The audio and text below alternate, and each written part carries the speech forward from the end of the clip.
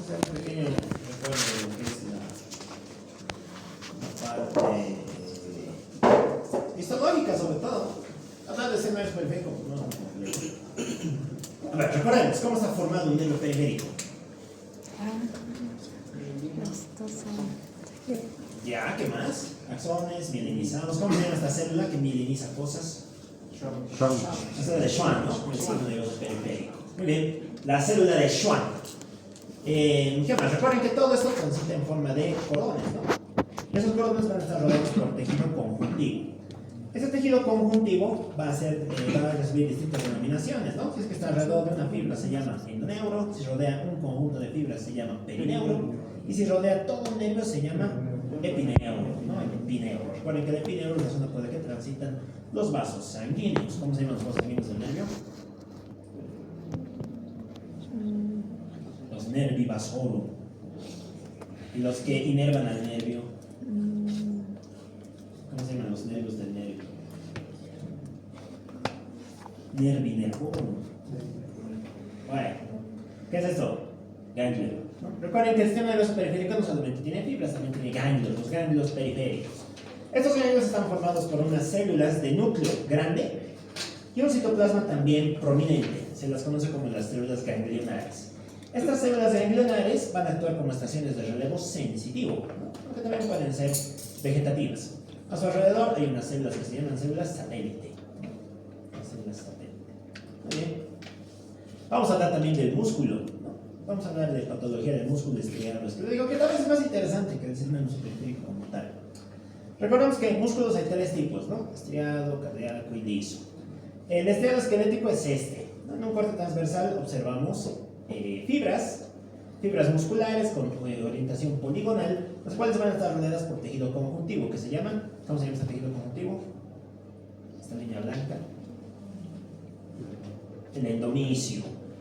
El que rodea todo un conjunto de haces, perimisio, ¿no? Y el que rodea todo el músculo, el epimisio, o fascia profunda. Muy bien. Bueno, aquí está la disposición típica, ¿no? Músculo estriado esquelético, múltiples núcleos periféricos, hasta la convierte en una fibra estriada, y carece de discos intercanales, por lo tanto no es cardíaco. Ya, ¿se acuerdan cómo se clasifican las fibras musculares? Se dividen en dos tipos, ¿no? Tipo 1 y tipo 2. ¿Cuáles son las tipo 1?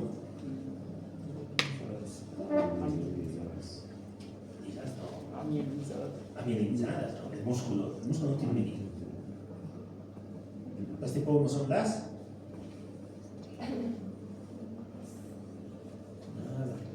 activación lenta, bajo gasto energético. Son las fibras que nos mantienen a adoptar la postura, caminar erguidos y demás, ¿no? Son fibras lentas.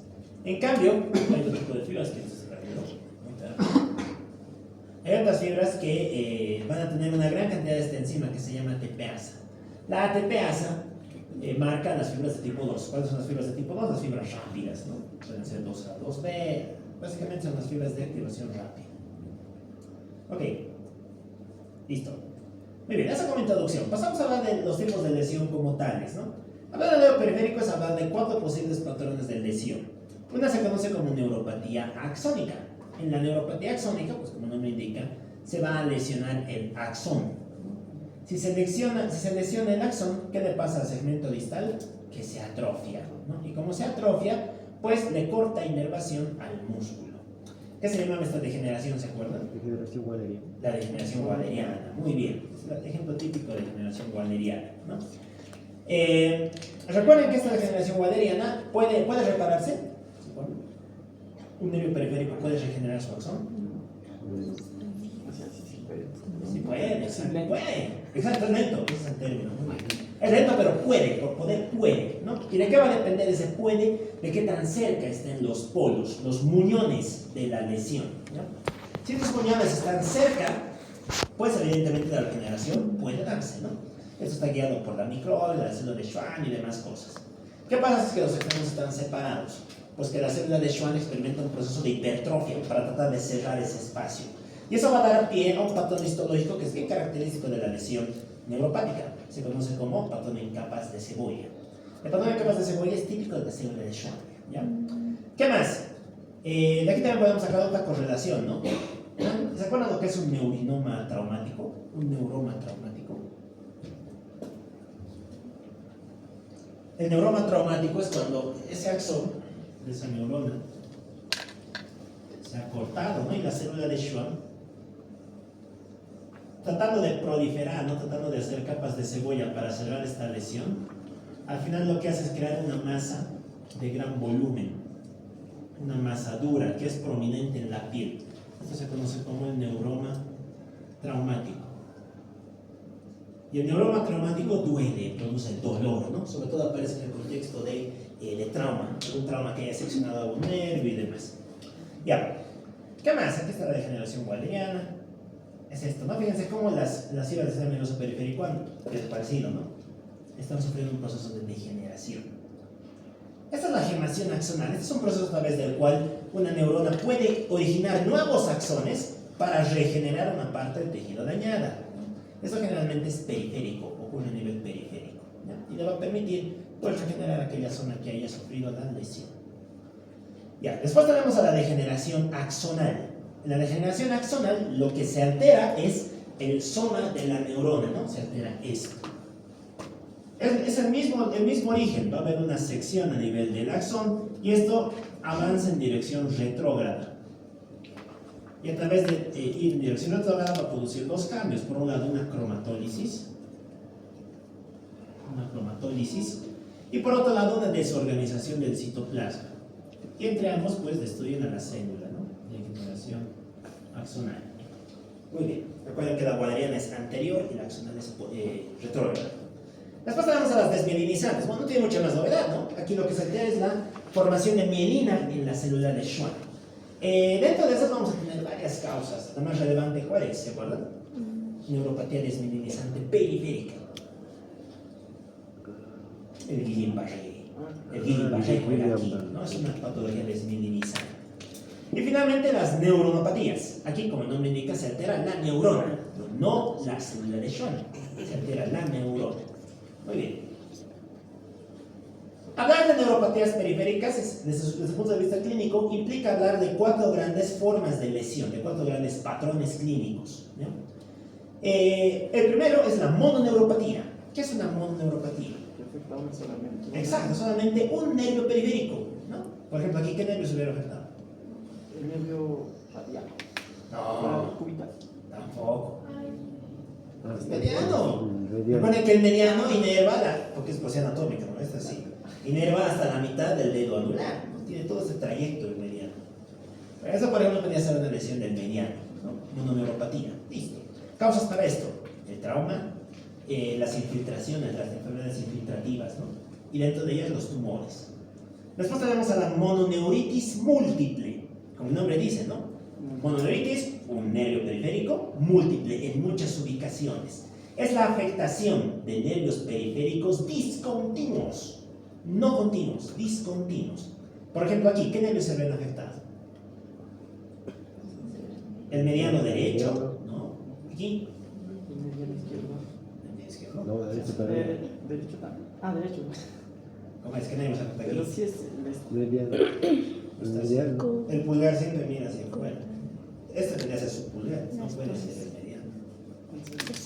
Es el. ¿Cómo es? ¿Quién inerva la otra mitad? ¿Quién inerva esto?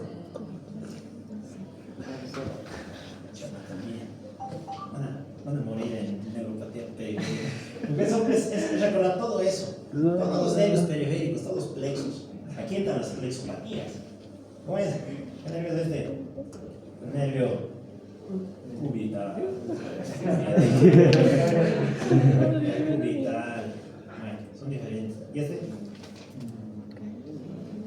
El ciático completo externo. Bueno, por ejemplo, dense cuenta que aquí tenemos afectación de 3 nervios individuales, pero discontinuos. Esta es una mononeuritis múltiple.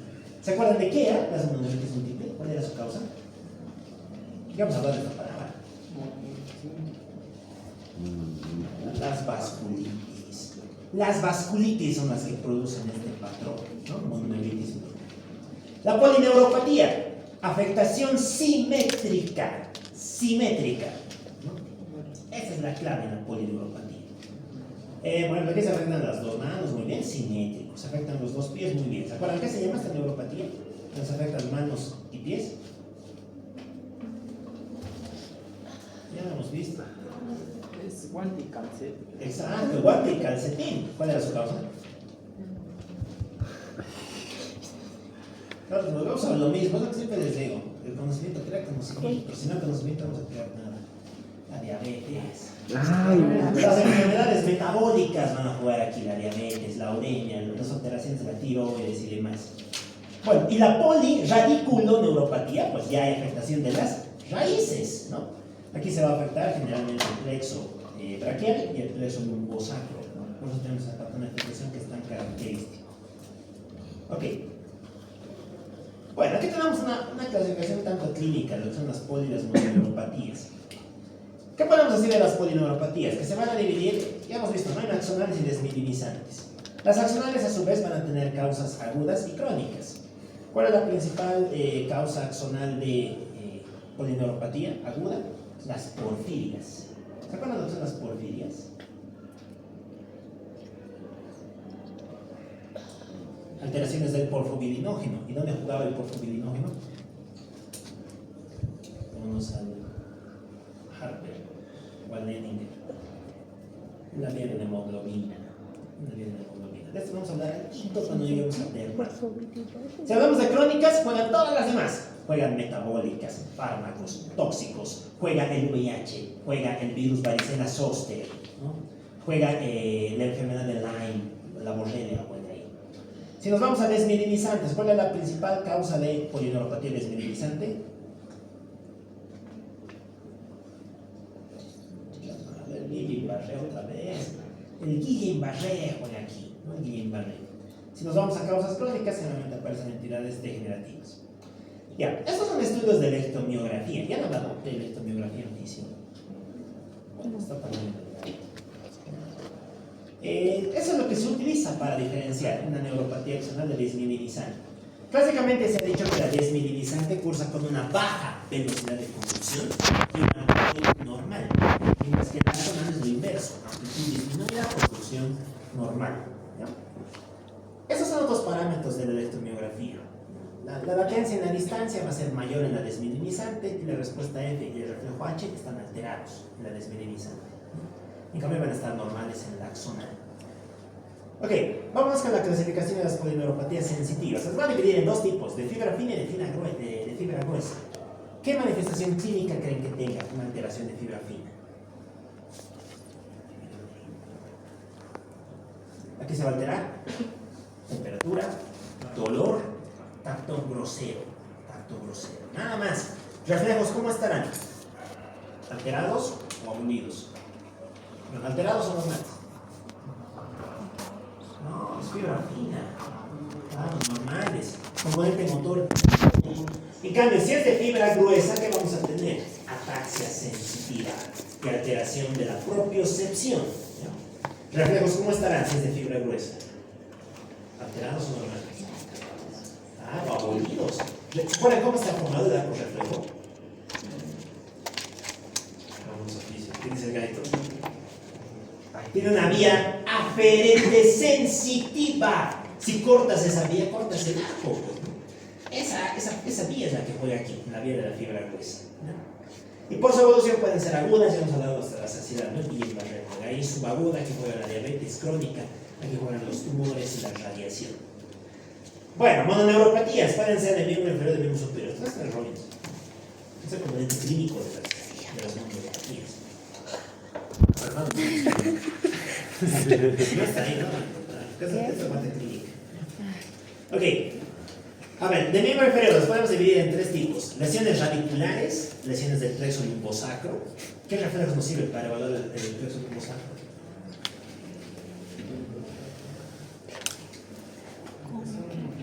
Se vuelve a lo mismo. Pero reflejo del chavo sirve. El rotuliano.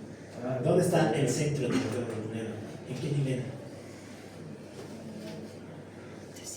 Vamos a la práctica de fisio de los reflejos. ¿Ya han hecho la práctica? ¿Cuál es el centro del reflejo rotuliano? No. Está confundiendo receptor, vía aferente, centro integrador, vía eferente y efector. Son los componentes del arco reflejo. Está a nivel de el 4. ¿Qué otro reflejo más se utiliza para valorar esto? El reflejo aquiliano. ¿Dónde estaba su centro? Lo mismo. Ese es el receptor. Es el 1. Hay que repasar. Todo esto sigue siendo neuronal. A ver, desciende el plexo lumbosacro. ¿Quién se puede afectar? Se puede afectar el ciático, se puede afectar el pudendo. ¿Qué clínica tendríamos si se afecta el nervio pudendo? ¿Por qué se viene el pudendo? Ahora viene el pudendo, de las ondas del pudor. Como todos los esfínteres, como toda el ano y la uretra. Si tienes una lesión del pudendo, vas a tener incontinencia de esfínteres, ¿no? ¿Qué debemos por aquí? El nervio obturador. ¿Cuándo se afecta el obturador? Un tumor linfita, generalmente un tumor pélvico, ¿no? Puede ser un leiosarcoma, un tumor de la próstata y demás. Y finalmente los nervios, ¿no? Del miembro inferior. Bueno, todos los demás. El focal externo, el ciático externo, el tibial, el peroneal y demás. Bueno, miembro superior. A ver, ¿qué reflejos nos sirven para miembro superior?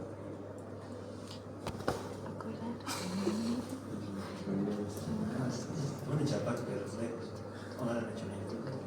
¿Qué reflejo es este? Con algo.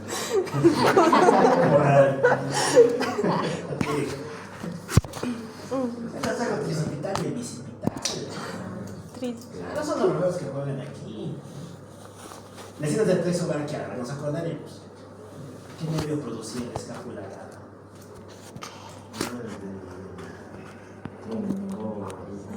¿Cuerpo superior? El tronco superior, no. ¿Cómo se llama la lesión del tronco superior? Ese. Bien, buen punto, me gusta. Las lesiones del plexo braquial pueden ser del plexo superior o del plexo inferior, ¿no? Del plexo superior, ¿cómo se llama?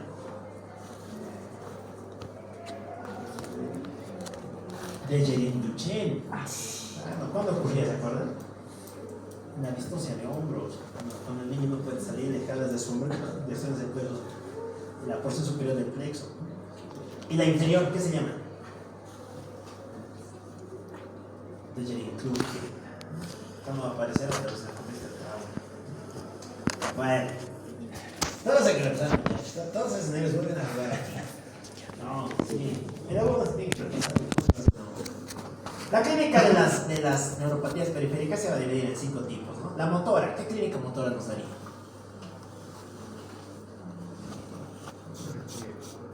Rigidez. No. La rigidez es típico de qué? De la lesión de motoneuronas superiores. ¿Se acuerdan las vías motoras del fisio? Se puede dividir en 2 tipos, ¿no? Lesión de motoneurona superior y de motoneurona inferior. ¿Aquí qué se va a lesionar? ¿La superior o la inferior?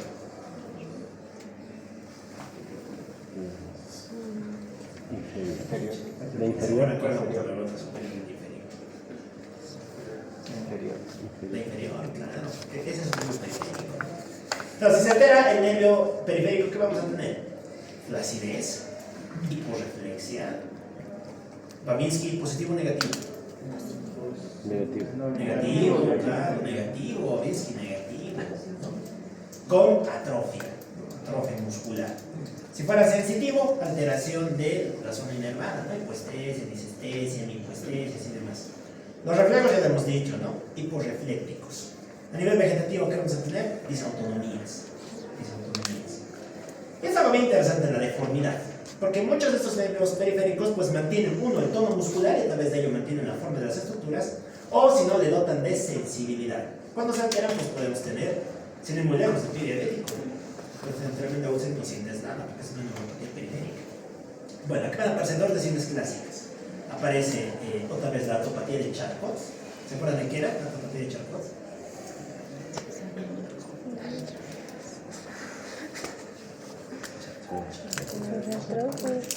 Charcot tiene células de Charcot, reflejos de Charcot, la fibra de Charcot, la tiara de Charcot, la artropatía de Charcot, aneurismas de Charcot.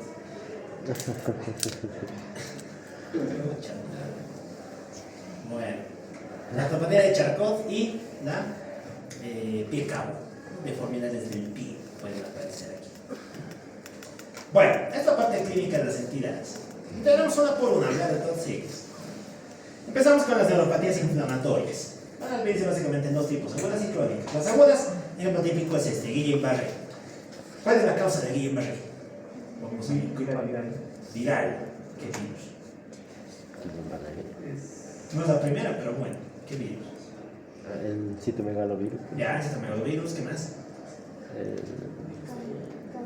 De Epstein-Barr. El Epstein-Barr. Epstein-Barr, ya. Pero no son las principales causas. ¿La principal causa cuál es? Campylobacter. Ah, el Campylobacter jejuni, ya lo hemos visto en gastro. Primera causa, Campylobacter jejuni. ¿Qué otra bacteria más produce Guillain-Barré? El micoplasma. El Mycoplasma pneumoniae, o el micoplasma, muy bien. Sea cual sea la vía, no se conoce muy bien cómo, pero esos agentes inducen la producción de anticuerpos contra la mielina. Y esos anticuerpos van y se pegan a la mielina y producen desmielinización. ¿Ya? Morfológicamente, ¿qué vamos a encontrar? Eso, desmielinización segmentaria. Y en algunos casos puede haber lesión de astas anteriores de la médula espinal, pero es muy infrecuente. Más habitual es que haya desmielinización netamente periférica. Ya, si nos vamos a la parte clínica, ¿qué vamos a encontrar? Parálisis. Para empezar, un paciente de media 20-30 años que nos cuenta el antecedente de infección respiratoria, de infección digestiva, lo más importante, ¿no? Porque ahí es donde nos están dando el antecedente de que ha contraído uno de esos bichos. Esa infección suele aparecer 2-3 semanas antes del cuadro. ¿Qué más? Ahora, si nos vamos a la parte netamente clínica, ¿qué aparecía? Parálisis respiratoria de entrada, no. Al final es eso. Reflexia. Igual, falta. Parálisis flácida, ascendente, simétrica, de inicio distal. Es decir, tienes que empezar a tener parálisis flácida en segmentos distales de los miembros, punta de los pies, finalmente punta de las manos. Ahí es donde comienza. Y es ascendente, ¿no? Si es ascendente, ¿qué quiere decir? Va a empezar a subir. Ascendente. Claro, la parálisis va a empezar a subir, ¿no? Hoy día no te responde tu pie, mañana no te responde tu tobillo, pasado no te responde tu rodilla, de aquí a 5 días no te responde tu pelvis. Así va a ir subiendo, por eso es una parálisis flácida ascendente, ¿ya? Ascendente. Y es peligroso así, porque va a ir subiendo, ¿no? Llega al tórax, al abdomen, después el plexo braquial, después llega al tronco, y en el tronco ¿qué busca? El bulbo. ¿Y qué se encontraba en el bulbo? Los centros de la frecuencia de respiración. El centro cardiorrespiratorio, exacto. Y si eso se paraliza, paro respiratorio, no se paraliza el diafragma y mueres. Por eso es peligroso el Guillain-Barré. Hay una variante que suele ser un tanto más agresiva que se conoce como el síndrome de Miller-Fisher. Este va a asociar datos de ataxia. Eso tampoco es el rollo. Datos de ataxia. Ataxia y algo que es raro, oftalmoplejía. Le hacemos una punción lumbar, ¿qué creen que encontraríamos? ¿Glucorraquia? La glucosa va a estar normal. Linfocitos T, pues. Ya, puede haber linfocitos, aunque no es frecuente, suelen estar bajos, bajísimos. Pero ¿qué sí estaría aumentado? ¿Qué creen? Si es inmune. Los anticuerpos están aumentados. Sí. ¿Encontraremos proteínas? Exacto. Va a haber una gran cantidad de proteínas con pocas células. Eso se llama disociación albuminocitológica. Disociación albuminocitológica. Porque hay muchas proteínas pero pocas células. Y eso es característico del Guillain-Barré. Bien característico. Bueno, el tratamiento, ¿qué creen que se trata? El tratamiento de Roberts. ¿De qué se trataría? Si es autoinmune.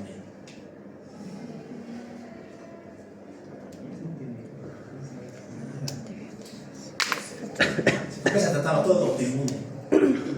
Corticoides, con inmunosupresores. Aquí se dirá, no sé. ¿Por qué? No se sabe. Pero aquí los corticoides no funcionan. Es que se tienen que hacer, dos cositas. O se ponen anticuerpos. Es bien interesante, ¿no? Antes escuchaba de las inmunoglobulinas, así como tratamiento. Se utilizan en ciertos autoinmunes, ¿no? Es raro, tienes un autoinmune, te ponen un anticuerpo y mejoras. No se sabe por qué, pero también sirve, eso sí sirve, inmunoglobulinas. Y la última es filtrar la sangre, filtrar el plasma. Eso se llama plasmaféresis. Esas son las dos opciones que te quedan para tratar un Guillain-Barré. El que sí responde a corticoides es este, la polineuropatía desmielinizante inflamatoria crónica.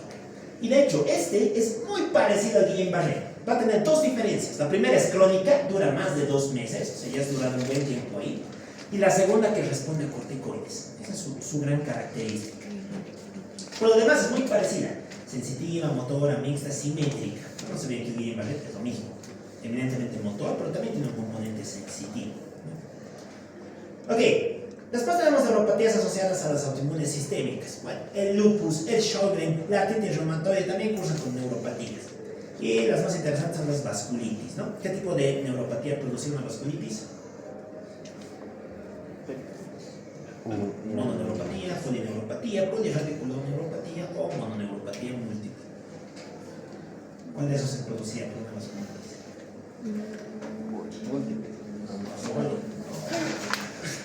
La mononeuritis múltiple. Mononeuritis Es mucha polineuropatía. múltiple. Mononeuritis múltiple, muy bien. ¿Cuáles son las principales vasculitis asociadas con esto? Pequeño, gran o mediano vaso. Sí, Pequeño vaso. pequeño vaso. Pequeño vaso. ¿Y cuáles eran las de pequeño vaso? La de. ¿Cómo se llama? La temporal. No, la temporal es de gran vaso. Ya, Strauss. The way. El Huella en el top 2, pero ya entra. Nos falta ahorita. También es top 1 junto con el Chuck Strauss. La polivasculitis microscópica. Microscópica. Claro. Los anti-MPO son las que más polineuropatía mononeuritis múltiple producen. Top 2 los que son anti-MPO. ¿Ya? Ok, la clínica va a ser la misma. Controlas la vasculitis, controlas el problema. Ya, vamos con las infecciones. Bueno, aquí no hay mucha novedad, ¿no? La lepra. ¿Por qué la lepra está aquí? ¿Se acuerdan cuál es la patogenia de la lepra? No. Ah, por el Mycobacterium leprae. Eso. Ya, ¿por qué hace ese bicho? Ah, entra directamente a las células de Schwann donde prolifera. Ya, invade y prolifera en las células de Schwann, ¿no? Y aquí vas a depender de dos cosas. ¿Qué tanta respuesta tenga tu sistema inmunitario y qué tanta inmunidad celular puedas montar?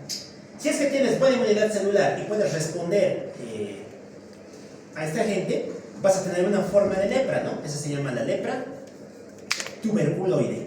¿Qué le caracteriza a la lepra tuberculoide? Esas lesiones cutáneas que han debido ver en la tele, en las películas religiosas y demás, ¿no? La gente se vuelve deforme y demás. Y va a haber anestesia localizada. ¿No? En cambio, ¿qué pasa si no puedes montar una buena respuesta celular? Pues que tienes la otra forma de lepra. La otra forma de lepra se llama lepromatosa. En esta pues vas a tener el bicho circulando por toda tu sangre, viajando por todo tu cuerpo, ¿no? Esta producirá una neuropatía periférica mucho más severa, ¿no? Suele ser generalizada. Y tiene un curso peor, ¿no? Esta es la que tiene peor pronóstico. Le hacemos una histología, ¿qué vamos a observar? ¿Qué creen que observaríamos? ¿Qué es esto?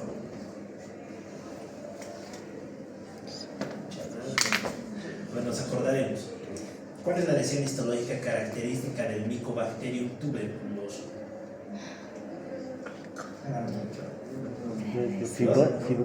Puede ser granulomas calcificantes. Esta es una micobacteria. ¿Sí o no? Sí, pues producirá lo mismo, granulomas calcificantes. Claro, porque es una micobacteria también, produce lo mismo. Granulomas calcificantes, con células de Langhans, con células epiteloides, más. No tiene mucha más novedad. Solamente que esta lo hace dentro de los nervios periféricos. Por eso es que produce anestesia, hipoestesia y esos nódulos que son tan característicos. Ya, el VIH-Sida, ¿no? Tiene dos formas. Una forma inicial, que es una mononeuritis, y una forma final, que es una neuropatía. Una es múltiple y la otra es sensitiva distal. No tiene mucha más diferencia. El varicela zoster. Aquí juega, ¿no? ¿Por qué? ¿Se acuerdan dónde guarda latencia el varicela zoster? ¿En qué células guarda latencia? Porque te da una vez varicela y no te curas, ¿no? Sino que puedes tener latencia, puedes tener reactivación del bicho. ¿En dónde guarda latencia? No, en los ganglios periféricos, ¿no? Los ganglios nerviosos periféricos. Guarda latencia en las células ganglionares. Y en esas células ganglionares va a producir necrosis e infiltrado, ¿no? ¿Producirá inclusiones? ¿Qué creen? Inclusiones de codo de tipo A, tipo B. No, no produce. Debería, ¿no? Porque es un herpes, recuerden que es el herpes tipo 3. Pero no lo hace, no se sabe por qué.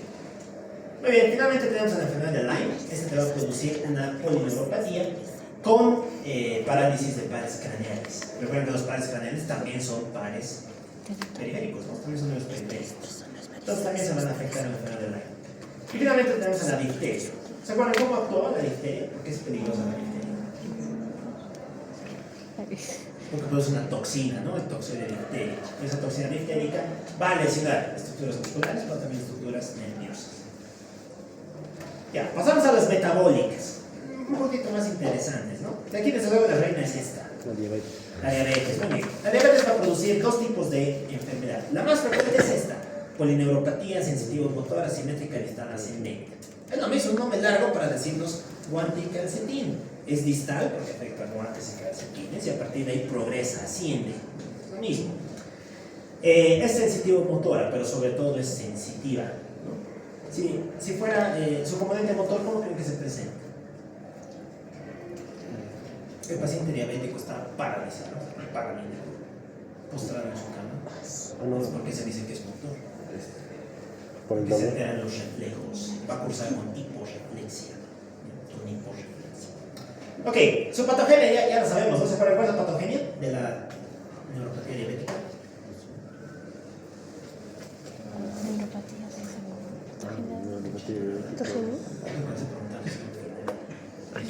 Bueno, algún grupo de preguntas. La vía del polio. La vía de los Polio.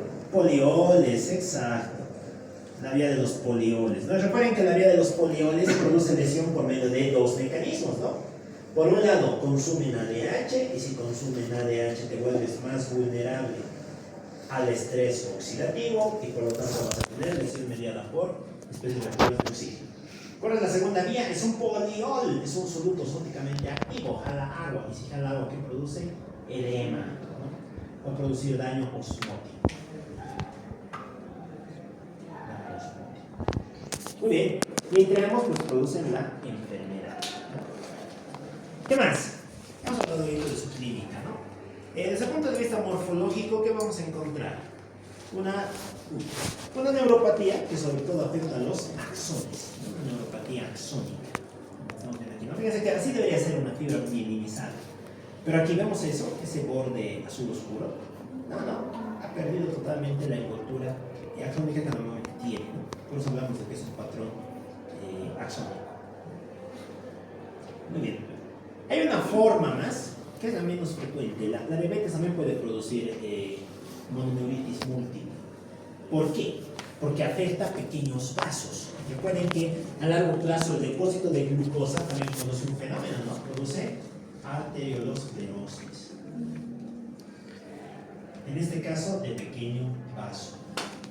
Y si produce lesión del pequeño vaso, pues va a producir una mononeuritis múltiple. Toda la clínica que le caracteriza. Muy bien. La urémica es típica de quién? ¿Se acuerdan quiénes son los urémicos? ¿Saben quiénes son los pacientes urémicos? El que tiene falla renal crónica, ¿no? El que hace diálisis. Esta patología es típica de los insuficientes renales crónicos. ¿Cuál va a ser su principal cambio? Degeneración axónica. La disfunción tiroidea, aquí van a jugar los dos, tanto el hipo como el hiper. ¿Cuál de los dos produce más lesión del sistema nervioso periférico? ¿El hipo o el hiper? Hipo. Claro, el hipo. Si recuerdan el hipo, ¿qué produce? Atrofia de todos los tejidos, entre los nervios, y también produce edema, el mixedema. Entonces, muchos tejidos se llenan de agua, se llenan de líquido, y ese líquido comprimirá los nervios periféricos. Sí, ¿no? Es donde produce neuropatía periférica. Por eso se habla de que hay mononeuropatías por compresión. De hecho, recuerden que el síndrome del túnel carpiano es frecuente en el hipotiroidismo.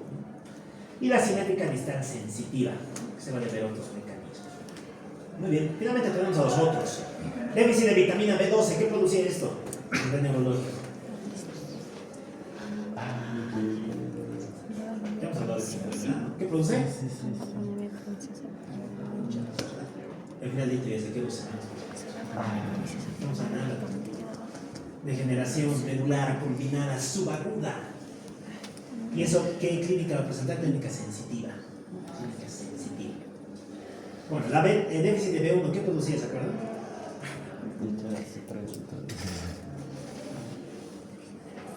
¿Qué produce el déficit de B1? Típico de los alcohólicos. El Wernicke. La encefalopatía de Wernicke. También puede producir una clínica periférica. Bueno, entonces, hay que repasar, muchachos. Ya, terminamos con las otras neuropatías, ¿no? Desórdenes. Bueno, aquí juegan los tóxicos, como siempre el alcohol, los metales pesados. Aquí juega el cobre, juega el plomo. Desórdenes orgánicos y los fármacos. Dentro de los fármacos, mención especial para los antineoplásicos. Hay muchos antineoplásicos que bloquean a los microtúbulos. Y recuerden que el axón está hecho de microtúbulos, ¿no? Es por eso que la vincristina, el cisplatino pueden producir neuropatía periférica. Bueno, después tenemos las asociadas al cáncer. Aquí vamos a tener básicamente 4 tipos de entidades, ¿no? Por infiltración, es cuando el tumor crece y como crece se come a un nervio, porque estaba en el curso de su avance, en el curso de su progreso. Generalmente, ¿qué tumores juegan aquí? Aquí juegan, por ejemplo, los tumores pélvicos que infiltran al obturador, el nervio obturador. Por compresión, aquí va a ser cuando el tumor crece, pero no invade al nervio, sino que lo comprime, lo aprieta, porque está en una cavidad cerrada. El ejemplo típico de esto es la compresión del plexo braquial por un tumor pulmonar. Claro, si tenemos un tumor en el vértice del pulmón, ese tumor crece, comprime el plexo braquial y te produce neuropatía periférica, ¿no? ¿Alguien sabe qué se llama ese tumor? Tumor de vértice pulmonar que comprime el plexo braquial y puede producir un síndrome de Horner. El tumor de Pancoast, el Pancoast, un tumor de Pancoast. Ya, podemos también tener paraneoplásicos, ¿no? ¿Se acuerdan de qué era? El antijú.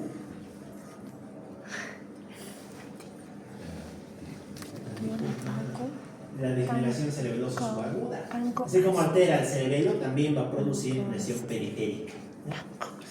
¿Típico de quién? ¿Quién produce antijus? El carcinoma microcítico de pulmón. Ahora vamos a hablar del cáncer de pulmón. Ya. Los anti-CV2 también aparecen en el cáncer de pulmón. Finalmente tenemos a las gamapatías monoclonales. Hablar de esto implica hablar de tumores de linfocitos B. ¿Se acuerdan cuál es la función del linfocito B? Produce anticuerpos, exactamente. Si tenemos un tumor de linfocitos B, esos van a comenzar a producir muchos anticuerpos. Pero esos anticuerpos no sirven para nada, sirven para producir reacciones autoinmunes. Esos anticuerpos se unen a la mielina y como se unen a la mielina, van a favorecer su degradación a través de 2 vías. Una vía por la que activan el complemento y una vía por la que atraen macrófagos. Y eso va a producir neuropatía periférica. Aquí aparece un síndrome que es clásico, el POEMS. POEMS quiere decir polineuritis, ¿no? Organomegalia, endocrinopatía y datos de alteración cutánea, ¿no? La S viene de skin. Una de sus vías también es la gamapatía de cadenas ligeras, ¿no? Esto vamos a hablar más a fondo cuando lleguemos al tema de linfomas en el hito 5. Finalmente, las fuerzas físicas, ¿no? De los desgarros. Si alguien viene y te saca un brazo, va a estar en neuropatía periférica, ¿no? Las avulsiones, si es que alguien te corta un pedazo de piel, lo mismo suele aparecer en el contexto del trauma, o las por compresión. Aquí van a jugar neuropatías clásicas. La más clásica por compresión, ¿cuál es? La neuropatía por compresión más frecuente. Donde se comprime el mediano. Siempre lo decimos. El turno cardiaco. ¿Típico de quiénes? Podemos morirnos dando causas de turno cardiaco. Hipotiroidismo. La gente que tiene paraneoplásicos, la gente que tiene acromegalia, recuerden que también se presenta, ¿no? Los diabéticos, la gente que cose mucho, la gente que tiene mucha actividad manual, hasta los gamers pueden tener neuropatía. La gente que, verdadero gamer, no que juega con teclado, que juega con el celular, no es gamer. Aspirante gamer. Entonces, muchas de ellas te producen túnel carpiano, ¿no? Por sobreactividad de los tenones de los flexores. ¿Cuál es la parálisis del sábado por la noche? Parálisis del Trombo. O trauma. No sé qué es, trauma o trauma. Bueno. La parálisis del radial. Porque estás sábado por la noche y estás ebrio, vas y te tumbas en el primer lugar que encuentres, entonces te tumbas así. ¿Qué estás haciendo ahí? Compresión del radial. Neurinoma de Horton es otro ejemplo de neuropatía compresiva. Compresión de los interparángicos. Bueno, ese podríamos seguir hablando de todos los nervios que hay. Todos estos nervios tienen que conocer para hablar de neuropatía periférica. Es básicamente recordar otra vez neuronal. Exacto, sí. Muy bien. Uy, uno de los más interesantes es el periférico. No es muy novedoso, simplemente tener algunos principios y partir de ahí construir cosas. Las hereditarias, ¿no? Estas entran dentro de un conjunto de enfermedades, se las conoce como las neuropatías motoras y sensitivas hereditarias, ¿no? O abreviadas como las NMSH. Las NMSH son un conjunto de enfermedades que tienen una base genética y que también producen neuropatía periférica. Se las ha dividido básicamente en 4 subtipos, los que son los más frecuentes, 3 y 4. Porque en realidad son 50. Pero bueno, vamos a hablar de los más relevantes, que son el tipo 1 y el tipo 2. El tipo 1 y el tipo 2 se conocen como la famosa enfermedad de Charcot. ¿Cuál le parece Charcot? Ahí. ¿Han escuchado hablar de Charcot? Vamos a traer un video. Me sirve. ¿Qué produce el Charcot-Marie-Tooth? Produce clásicamente neuropatía periférica con alteraciones de la morfología del pie. Hasta le gusta destruir el pie. Produce todo tipo de cosas, generalmente pie cabo. También puede producir pie plano. Ojo, no es la primera cosa de pie plano, ni de cerca. Generalmente los traumas vienen y operan esto. Hacen cirugías para corregir la morfología del pie. Porque eso es lo que produce dolor. Por un lado, tu pie no funciona bien. Por otro lado, tu nervio tampoco funciona bien. Entonces te duele más todavía. Y entre ambas producen una neuropatía periférica. El Charcot-Marie-Tooth tiene varias formas también. Las más importantes son estas 3. La tipo 1 se caracteriza por ser autosómico dominante, es su forma de herencia. Y aquí se van a alterar 2 proteínas. La proteína básica de la mielina, la PMP22, y por otro lado la proteína 0 de la mielina, la MPZ. Según sea su tipo, vas a tener un Charcot-Marie-Tooth de tipo 1 de tipo 1B. La de tipo X, como el nombre indica, ¿no? Tiene herencia ligada al X. Si tiene herencia ligada al X, ¿quiénes se afectan y quiénes soportan?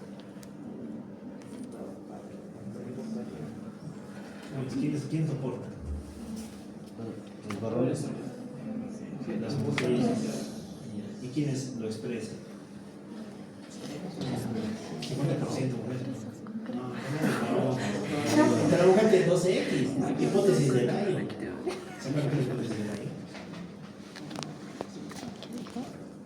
Sin activo negro, que queda solo con uno. Eso es al azar.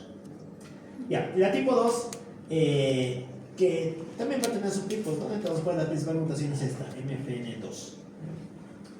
¿Qué más? Las motoras hereditarias, como no me indica, van a tener alteración motora, pero con un patrón de herencia, generalmente autosómico dominante. Las sensitivas van en la misma línea. Simplemente voy a puntualizar esta, la amiloidosis familiar. ¿Se acuerdan cuál es el gen de la amiloidosis familiar? Y es bien importante porque produce 2 cosas. Produce neuropatía y produce miocardiopatía. ¿Se acuerdan qué miocardiopatía se debía a la amiloidosis? La restrictiva.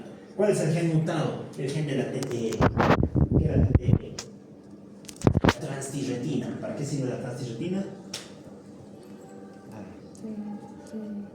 Nada. Para transportar el ácido retinoico y la T3 y la T4. Transportan una tiroides. Muy bien, y para terminar vamos a hablar de los tumores. Así de sencillo es el sistema periférico. Dentro de los tumores, pues los vamos a dividir, como siempre, vamos a dividirlos en tres formitas. ¿Verdad? Tenemos por un lado a los tumores conocidos como los schwannomas. Por otro lado tenemos a los neurofibromas. Y finalmente a los tumores malignos de la vaina del nervio periférico, los TMVNP. Estos dos vienen a ser, entre muchas comillas, benignos. Pero pueden tener un comportamiento más agresivo, o entre comillas, maligno, cuando se asocian a síndromes familiares. ¿Y cuáles son los síndromes familiares que cursan con schwannomas y neurofibromas?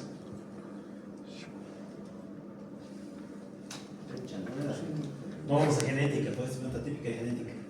La neurofibromatosis de tipo 1 y la neurofibromatosis de tipo 2. Exacto. ¿A quién le tocaba exponer neurofibromatosis? Bueno, pues me han dicho bien, pero ¿a quién le tocaba exponer? Bueno, acuérdense en la exposición porque ahora vamos a hablar de esos síndromes.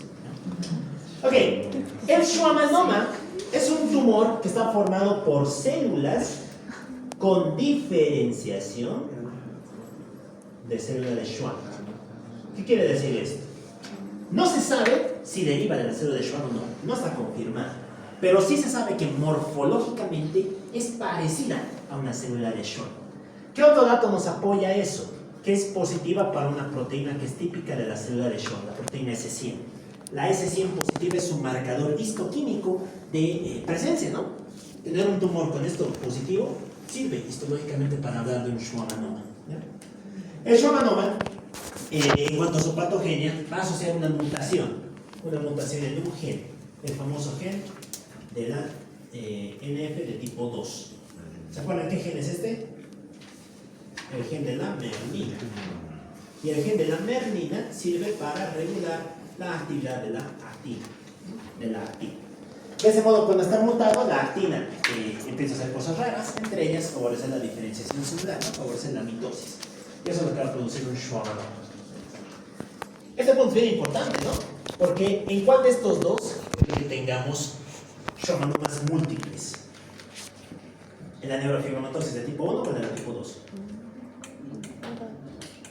La de tipo 2, claro, porque su mutación es la misma, ¿no? Entonces este va a cursar con schwannomas múltiples. Ya, muy bien. Ok, ¿qué más? Vámonos a su parte morfológica. Morfológicamente se hablan de tres grandes cualidades, ¿no? La primera son las zonas de Anthony. Resulta que hay dos tipos de Anthonys aquí. El Anthony A y el Anthony B. El Anthony A es un patrón laxo. Fíjense que hay muy pocas células, muy pocas fibras y una intensa matriz, una matriz eosinófila. Anthony A. Este Anthony A va a tener fibras alrededor de un centro. Estos se conocen como los centros de Berkay, nódulos de Berkay. Por otro lado tenemos al Anthony B. El Anthony B va a tener muchas fibras. Es un patrón denso. Generalmente el schwannoma combina ambas, solamente que unas van a estar en un lado y otras en el otro. Pero tener ambas es diagnóstico de un schwannoma. Y clínicamente te van a dar muchos tipos de manifestaciones. Pueden ser intracraneales, en donde te van a dar clínica de pares craneales. Y dentro de esa clínica, ¿cuál es el más frecuentemente afectado? El octavo par. De ahí que tal vez alguno ha escuchado hablar de este término, el neurinoma del acústico. ¿Han escuchado hablar de esta palabra? Neurinoma del acústico. Bueno, es uno de los grandes, yo creo que es una de las grandes trampas de la medicina, junto con la micosis fungoide. La otra gran trampa es esta. Porque ¿qué pensamos cuando vemos eso? Neurinoma, deriva de las neuronas. No, mentira, es un schwannoma. Deriva de las células de Schwann. Del acústico, ¿qué se afectaría? ¿Dónde está el tumor? En el octavo par. Falso también, porque no afecta al acústico, afecta a la rama vestibular, no la rama coclear. Pero, ¿qué clínica te produce? Sí, lo único que sí coincide es eso, su clínica, porque es de producir hipoacusia. Hipoacusia a nivel del ángulo pontocerebeloso.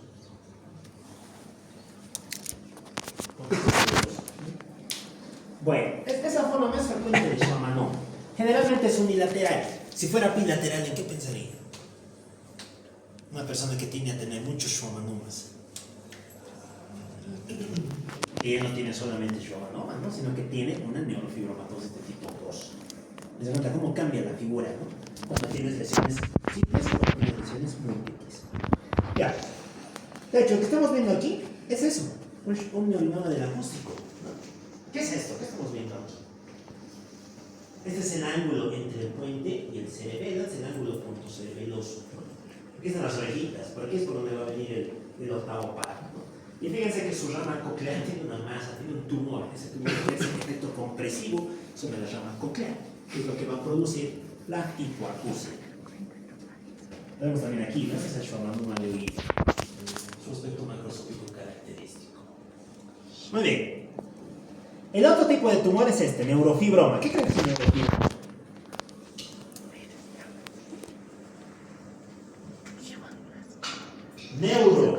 Neurona. No. Neuro viene de célula de Schwann. Formado por células de Schwann. Fibroma. ¿Qué más vamos a tener además de células de Schwann? Fibroblasto. Ya, tejido fibroso, ¿no? Tejido conjuntivo. Y los neurofibromas van a ser lesiones que histológicamente asocian ambos. Asocian un componente neuronal y un componente de células de Schwann y un componente fibroso, ¿no? O fibromatoso. Los neurofibromas pueden ser de tres grandes tipos. Tenemos a los cutáneos superficiales, los cutáneos difusos y los plexiformes. El cutáneo superficial, como nombre indica, ¿no? Esa puede ser una sola lesión simple con un tallo, eso se conoce como forma esporádica, y tener una forma esporádica no indica nada. Pero ¿qué pasa si tendrías múltiples? Uno al lado del otro. ¿Seguirá siendo esporádico? No. Recuerden que tener múltiples lesiones generalmente te asocia a algo de que tienes un cuadro familiar. Esto es típico de la neurofibromatosis de tipo 1. Neurofibromatosis de tipo 1. Muy bien, por otro lado está el cutáneo difuso. El cutáneo difuso. Como el nombre indica, ¿no? Vas a tener el mismo tejido fibroso, células de Schwann y demás, pero que en este caso infiltra. Va a invadir el interior de la piel. ¿Ya? Y finalmente tienes al plexiforme. ¿Qué quiere decir plexiforme, chicos? Forma de plexo. Una gran masa que va a mandar numerosas ramas, numerosas ramificaciones.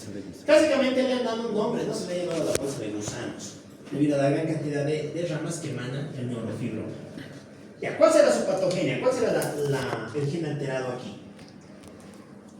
Si en el schwammanoma era la merlina, en este va a ser el NF de tipo 1. ¿Qué codificaba el NF1? La neurofibrinina, muy bien. ¿Cuál es la función de la neurofibrinina? Es un supresor tumoral. ¿Se acuerdan a quién controla?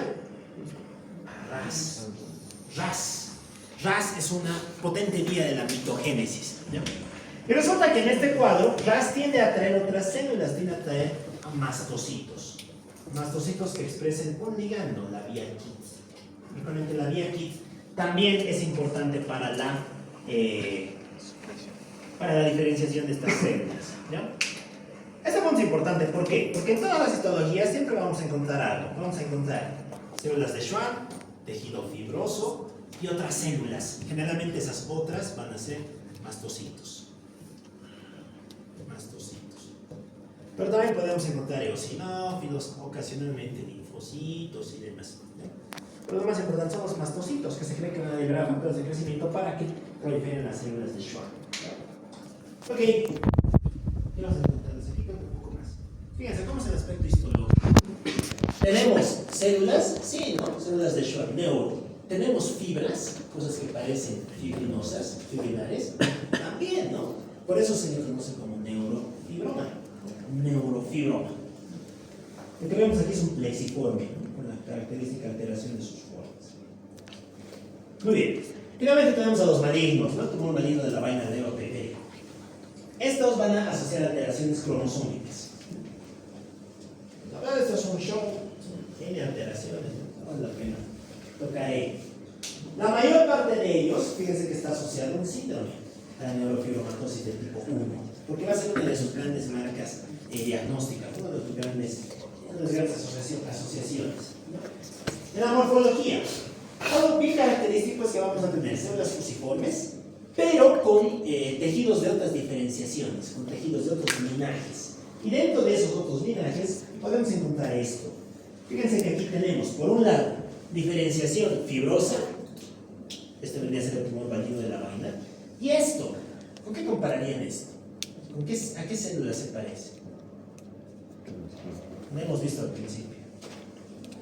Esta es una célula muscular, ¿no? Esta es diferenciación rhabdomyoblástica. Es un músculo en un corte transversal. Esta diferenciación muscular en medio de un tumor maligno de la vaina del periférico se conoce como tumor tritón, ¿no? El tumor tritón. Cuando tienes tejido muscular, más diferenciación fibrosa, ¿no? Puedes tener desde luego otros tipos de diferenciaciones, pero la más frecuente es esa, la muscular. Muy bien, y para terminar vamos a hablar de la neurofibromatosis, de los síndromes familiares. ¿A qué van a jugar estos dos, no? Ya más o menos los hemos descrito. Neurofibromatosis de tipo 1, ¿cuál es su mutación? Neurofibrina, ¿no? Neurofibromatosis de tipo 2, ¿cuál es su mutación? Merlina. Muy bien. Todos van a tener una clínica no tumoral y tumoral. Manifestaciones no tumorales y tumorales. Dentro de lo no tumoral, ¿qué es lo más frecuente que nos produce la neurofibromatosis de tipo 1? ¿Se acuerdan? ¿Qué produce la clínica no neoplásica?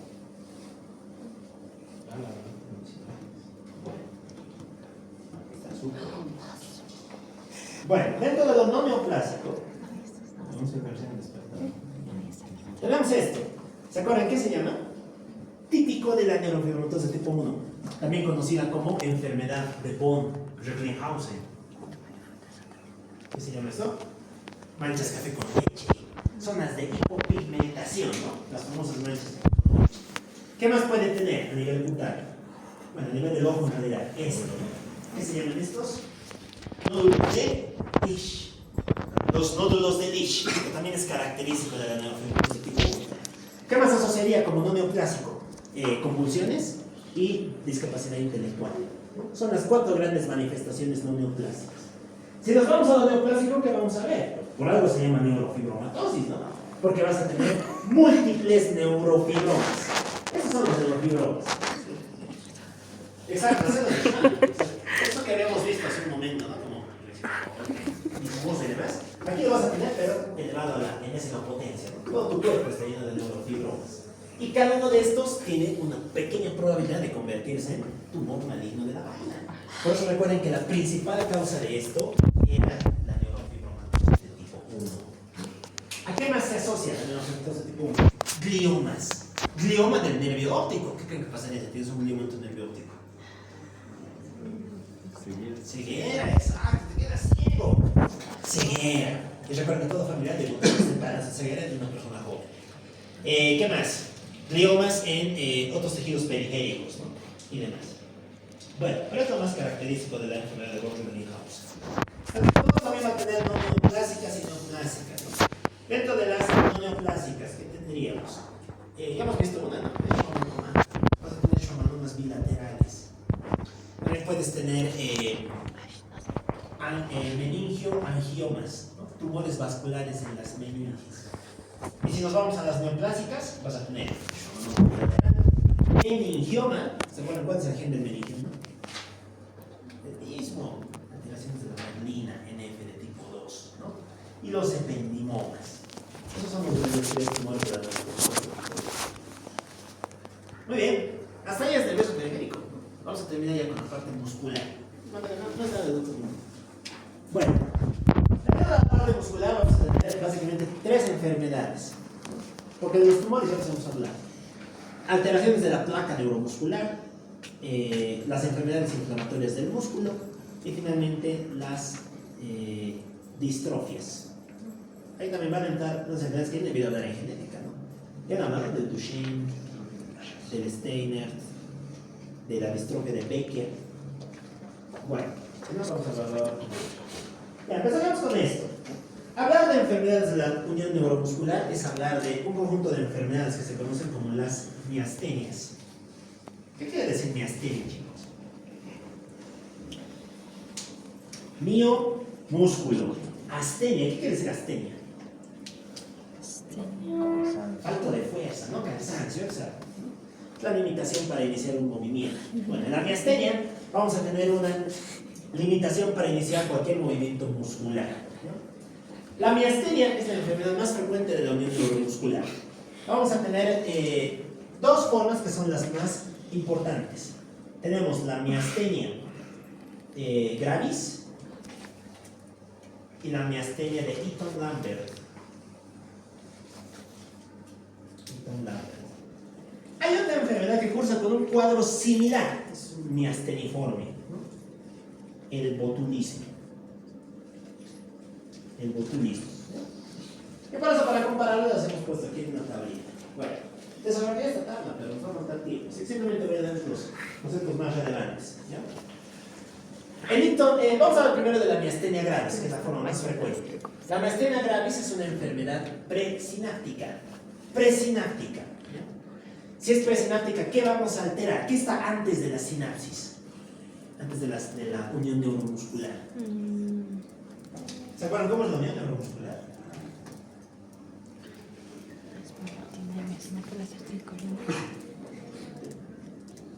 Aquí están las caveolas primarias, aquí nacen las caveolinas. Y aquí es donde está la placa.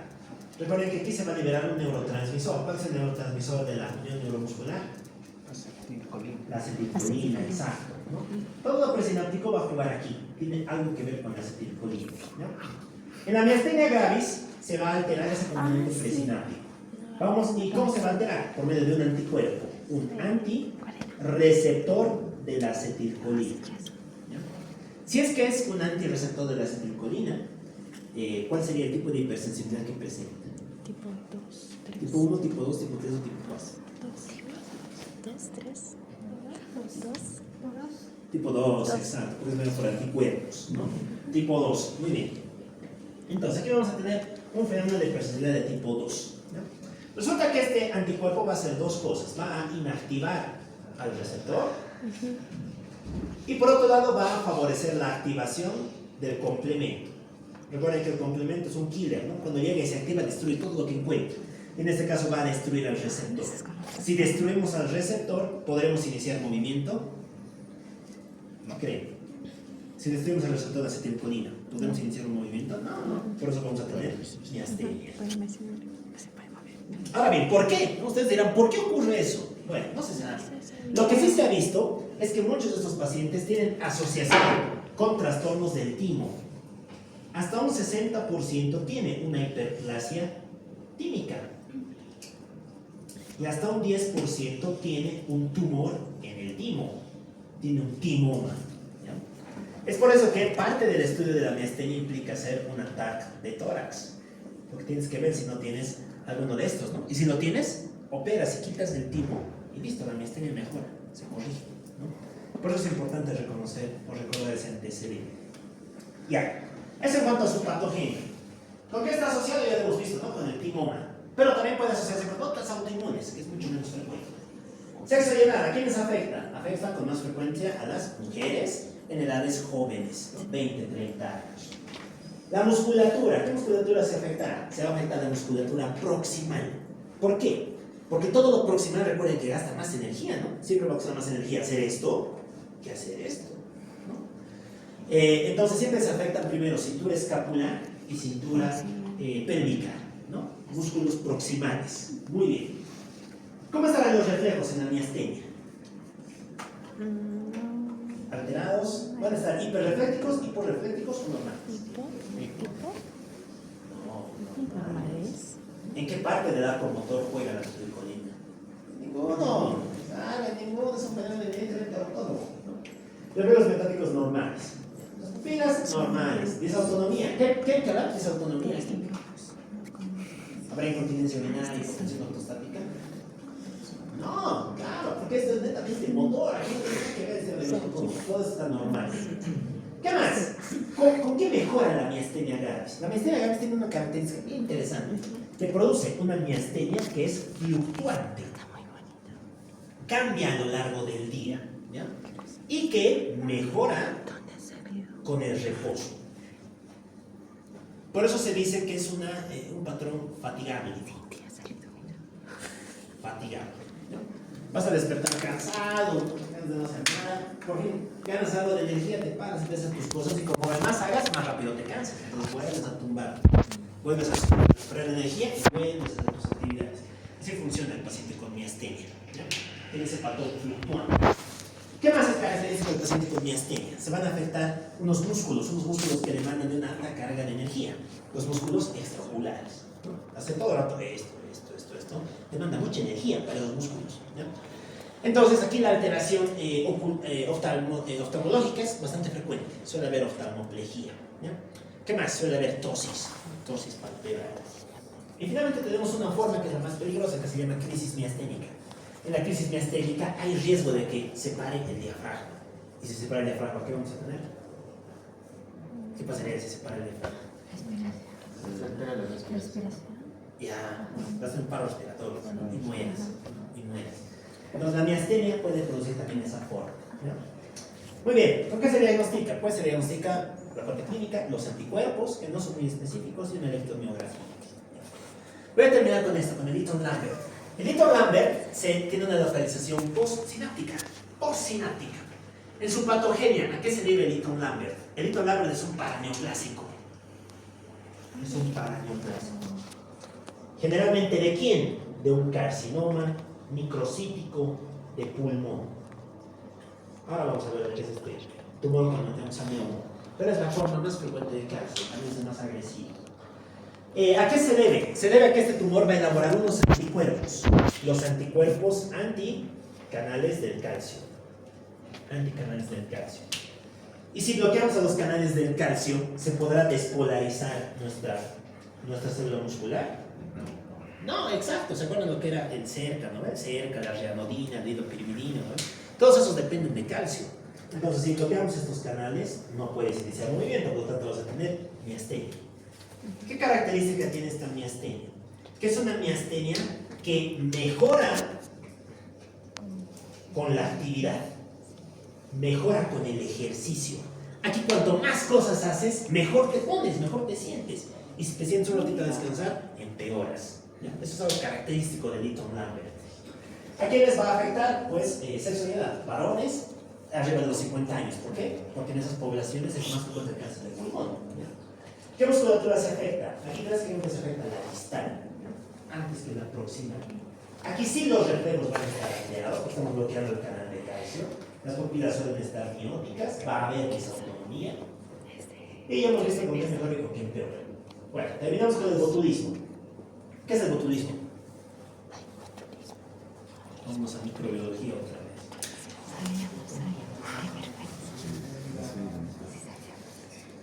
¿Qué es el botulismo?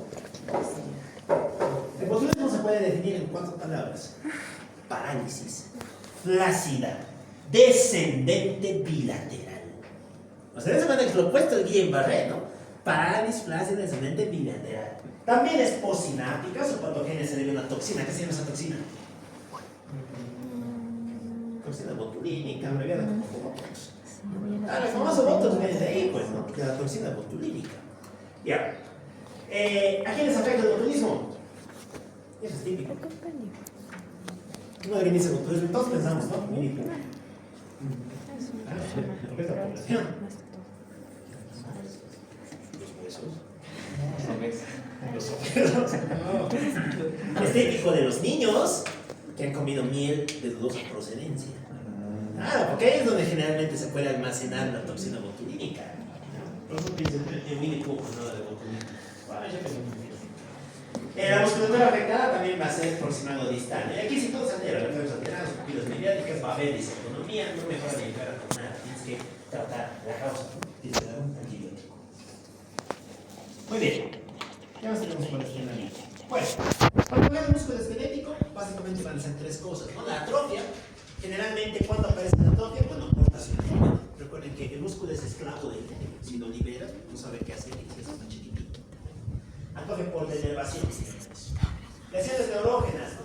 También, alteraciones secundarias a lesión neuronal. Y las miopáticas, estaba hablando de la causa de tratamiento muscular. Hay algo que va y daña y destruye nuestro músculo. Desde luego, las que tienen más interés son las miopáticas. Porque las neurógenas ya hemos hablado, es todo lo que juega en el uso periférico. Dentro de las miopáticas podemos distinguir lesiones musculares, bueno, lesiones inflamatorias y lesiones genéticas, como son las distrofias. Ya. Dentro de las lesiones inflamatorias, vamos a tener básicamente tres entidades. La dermatomiositis, la polimiositis y la miositis por cuerpos de inclusión. Aquí me falta una más que es la miositis necrosante. Pero bueno, las más importantes son esas tres. Dermatomiositis, ¿qué creen que es esto? Dermato, ¿qué quiere decir dermato? Piel, muy bien. Miositis. Ya hay inflamación del músculo. La dermatomiositis, ¿qué va a ser? La inflamación del músculo y de la piel. Listo, no tiene más. La dermatomiositis es eso, un cuadro autoinmunitario que se debe de inflamación del músculo y de la piel. ¿Ya? Si es muscular, ¿qué clínica va a tener? Clínica de debilidad. Clásicamente aquí vuelven a afectarse los músculos proximales, debilidad en musculatura proximal. ¿Ya? Y cambios cutáneos. Muy bien, en cuanto a su patogenia, pues no se conoce muy bien cómo ocurre, pero se cree que hay un problema a nivel de la vascularización. Y como esos vasos se lesionan, empiezan a acumular complemento e infiltrado. Y entre ambos van a inflamar al músculo. Miositis. Desde luego aquí van a estar implicados varios anticuerpos, ¿no? Tenemos por un lado los anti-Mi, los anti-Mi2. Tenemos por otro lado a los anti-Jo y los anti-TIF.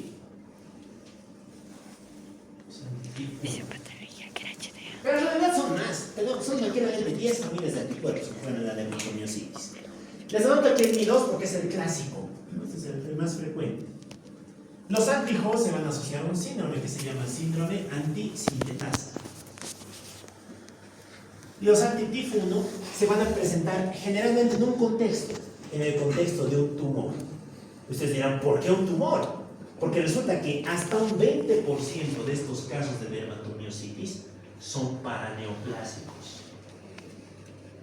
Es decir, que pueden ser la manera en la que un tumor se está presentando. ¿Y tumores de dónde? De muchos lugares. Puede ser tumor de pulmón, puede ser cáncer de ovario, cáncer de estómago, cáncer de páncreas, ¿no? Entonces, generalmente cuando se tiene una dermatomiositis también se hace tamizaje de esas patologías, ¿no? Para ver si es que no fueron paraneoplásicos. Ya, clínicamente, ¿qué vamos a tener? Pues lo he dicho, alteración muscular, debilidad, alteración cutánea, aparecen estos signos que son bien característicos. Esto se llama eritema heliótropo. El eritema heliótropo es la presencia de lesiones eritematosas alrededor de los párpados, ¿no? En las zonas periordiculares, y que pueden acompañarse de edema. Después tenemos esto. Fíjense que estas son lesiones eritematosas en los nudillos y en las articulaciones interfalángicas. Estas se conocen como las lesiones de Gottron, las pápulas de Gottron. También característico de la dermatomiositis. A ver, ¿con qué compararían esto? ¿Con qué prenda? ¿Qué saben usar las viejitas en el frío? Una bufanda. Ya, un chal, exacto. Esto se conoce como exantema en chal, como la lesión en chal. ¿Por qué es eso? Es un exantema que va a aparecer a nivel del cuello, ¿no? El cuello y la parte superior del dorso. Muy bien, encontraría aquí los estigmas típicos de los autoinmunes, rash malar, las de poliposis, que también se pueden presentar aquí. Top 3 órgano afectado después de músculo y de piel: pulmón. A este enfermo le gusta comerse el pulmón. ¿Y qué te va a producir? Una EPIC, una enfermedad pulmonar intersticial. De eso también vamos a hablar ahora cuando lleguemos a anemia, ¿no? ¿Qué más? El síndrome antisintetasa se va a caracterizar por esto. ¿Cómo que enseña esto? Fíjense que es una mano que tiene bastante escamas, similar a una persona que trabaja mucho con las manos. Se le llaman las manos del mecánico, ¿no? Las manos del plomero. Bueno, términos que les han dado los clínicos. Pero el chiste es que estas manos del plomero son típicos de esto, del síndrome antisintetasa, ¿no? Aquí vas a cursar con enfermedad pulmonar, fenómeno de Raynaud, manos de plomero y una dermatomiositis. Muy bien. Y si hacemos una histología, ¿qué vamos a observar? Infiltrado. ¿Infiltrado dónde? En el perinicio. Infiltrado perifascicular. Eso es característico de esta enfermedad. Ok. Las otras inflamatorias son más sencillas. La polimiositis, ¿qué creen que es? Es lo mismo, pero sin dermato. Solamente afectación muscular. En la polimiositis vamos a tener lesión inflamatoria en el endomicio, ¿no? En el endomicio, con miofibrias necróticas. Esta, la necrosante inmunomediana o necrosante, se va a deber a la exposición o a la presencia de un anticuerpo, el anti-hidroximetilglutaril coenzima reductasa. ¿Se acuerdan para qué sirve ese? Para el metabolismo del colesterol. Hay un fármaco que bloquea esto, que son las estatinas. Entonces, esta forma es una forma de lesión del consumo de estatinas. Es una reacción adversa que pueden presentar las estatinas. Ya, y la última es la procuerpos de inclusión. Esta es típica de personas de avanzada edad, de la cual va a haber infiltrado con inclusiones anómalas. No tiene mucho más. Ya, para terminar vamos a hablar de las distrofias. Las distrofinopatías. ¿Se acuerdan qué es la distrofina? La distrofina es una proteína que ancla la membrana celular a la matriz extracelular, ¿ya? Cuando esta está mutada vamos a tener una de estas. Las distrofinopatías se pueden dividir en tres, que son las más importantes: la de Duchenne y la de Becker, la de Steiner y la de Landau-Dejeri, o la de la distrofia facioscapulohumeral. Ya. Duchenne y Becker, ¿qué tienen en común? Herencia ligada al X. De hecho, ese es el ejemplo típico de enfermedad ligada al X. Por eso les estoy diciendo de investigación genética. No me debido ver. ¿Recuerdan la tabla de enfermedad ligada al X? Aquí se recuerdan estas. En el Duchenne tienes una mutación por translocación. Por lo tanto, no vas a producir nada de distrofina. Si no tienes nada de distrofina, ¿a qué edad comenzará la enfermedad? ¿A qué edad empezarás con debilidad? ¿Cuando eres niño o cuando eres adolescente? ¿O cuando eres adulto? Claro, cuando eres niño, porque no tienes nada, ¿no? Estas personas a los 10 años ya están en silla de ruedas, ¿no? Debido a la limitación motora que presentan. Por eso la demulación es casi nula. Y la muerte es en torno a los 20. No mueren casi a los 20, ¿no? Debido a nuevamente a una parálisis del diafragma. El diafragma sigue siendo un músculo, sigue jugando bajo estas mismas reglas, ¿ya? La de Becker es lo mismo, ligada al X, pero su patogenia produces algo de distrofina. Tienes algo, ¿ya? Por lo tanto, inicia más tarde, en la adolescencia, por lo menos deambulas, un poco, pero deambulas. Y la muerte suele ser mucho después, ¿no? En torno a los 30, 40 años. Algo característico que asocian ambas formas, tanto Duchenne como Becker, es dos datos: presencia de pseudohipertrofia de pantorrilla,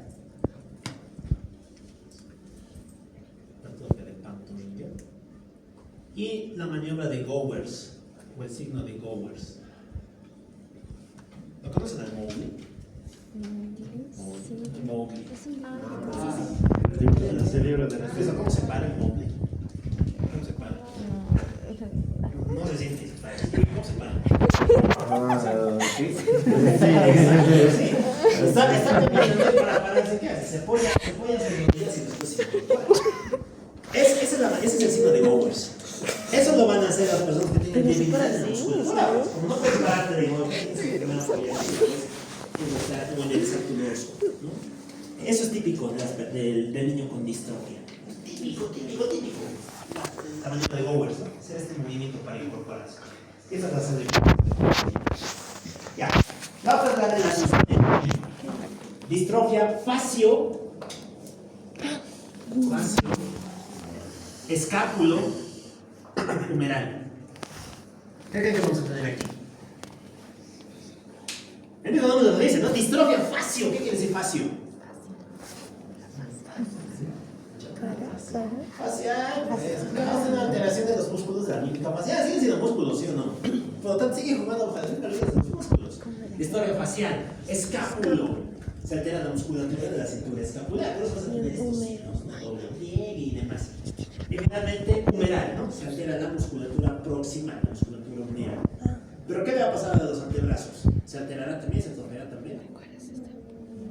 No, no dice distrofia facio escapular humeral antebraquial. Solamente dice humeral. Por lo tanto, vas a tener la antebraquial desarrollada. Eso se conoce como los brazos de espejo. Tienes esta parte bien estrecha, pero esta parte bien desarrollada, ¿no? Que también es característico de la distrofia de Landau-Dejere.